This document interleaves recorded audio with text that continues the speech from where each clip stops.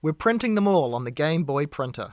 Welcome to the beginning of this journey, where we'll be playing Pokemon Yellow, catching all 151 classic Pokemon, and immortalizing their Pokédex entries using Nintendo's most iconic accessory, the 1998 Game Boy printer.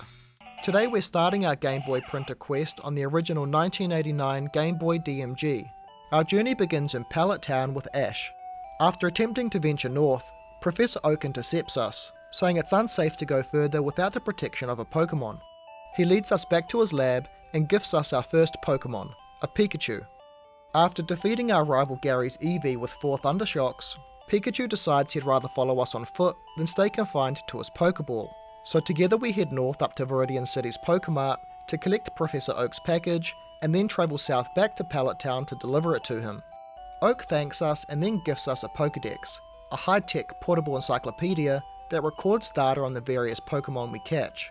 The Professor tasks us with travelling the Kanto region to fill it with all 150 Pokemon.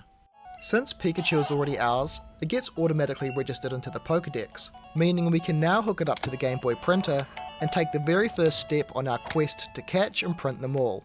Now, it takes about 40 seconds for each Pokédex entry to print, so in future videos I'll speed up this footage, but for today we can watch it in its entirety. A Pokédex entry usually contains only around 640 bytes of image data, but even this is too much for the Game Boy printer to handle all at once. Its tiny internal buffer can only process one strip of about 320 bytes at a time.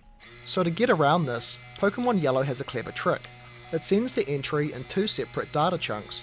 That's why you see the Pokemon's name and sprite print first, followed by a long pause, and then the bottom half of the entry prints to finish off the job. I'll press the feed button 3 times to even out the border, and it's done.